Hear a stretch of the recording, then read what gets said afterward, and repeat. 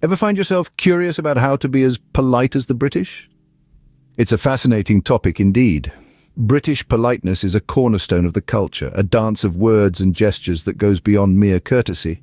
It's a subtle art, a language in itself, impacting every social interaction from a simple chat over tea to a business meeting. This delicate balance of respect, modesty, and consideration is truly a defining characteristic of British society. Understanding British politeness is the key to creating a positive impression. Start by mastering the art of using please and thank you. In the realm of British politeness, these two phrases are as essential as tea and biscuits. British people sprinkle please and thank you liberally throughout their conversations, as naturally as breathing. Why, you may wonder? Well, it's a simple and effective way to show respect and appreciation. When you ask for something, adding a please softens the request, making it more of a polite inquiry than a demand. And when receiving anything, be it a cup of tea or a piece of advice, responding with a thank you acknowledges the effort or thoughtfulness of the other person. Think of these words as the sugar and milk in your tea. They sweeten the interaction and make it smoother. So whether you're asking for directions, receiving change at a shop, or accepting an offer, don't forget to use them. Remember, please and thank you are your new best friends in any conversation. Next, grasp the significance of apologizing, even when it's not your fault. You see, in Britain, saying sorry is an integral part of polite conversation. It's not always about accepting blame.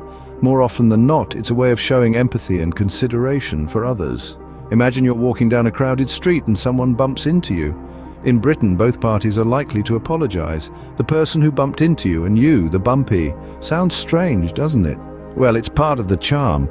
It's a shared acknowledgement of a minor mishap, a tiny dance of words that smooths over any potential awkwardness.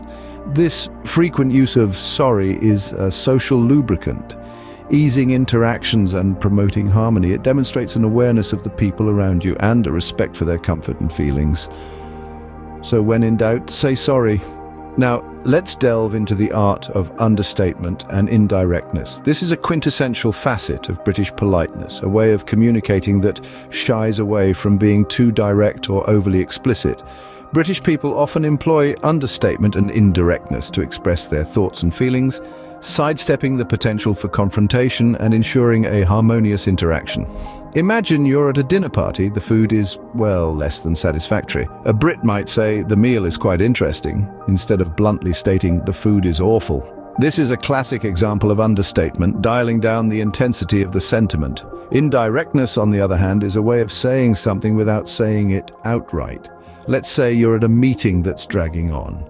A Brit might suggest, shall we move on to the next point, rather than demanding, this is taking too long. The message is conveyed, but in a more diplomatic manner. These techniques of understatement and indirectness are not about being deceitful, but rather about preserving the feelings of others and maintaining a sense of decorum and respect. They allow for honest communication, but in a way that is considerate and careful not to offend. Mastering the art of understatement and indirectness is a sure way to maintain British-style politeness. To wrap it up, let's summarize the key points on being polite the British way. We've journeyed through the art of the please and thank you, two simple phrases that hold immense power in British culture. These are not just words, but a symbol of respect and courtesy that should be generously sprinkled in your conversations. We also touched on the importance of saying sorry, even when you're not at fault. A crucial ingredient of British politeness. It's a way to maintain harmony and avoid conflict, even if it means taking the blame sometimes. Lastly, we dived into the art of understatement and indirectness. This might be the trickiest part, as it involves a delicate balance of being honest yet tactful.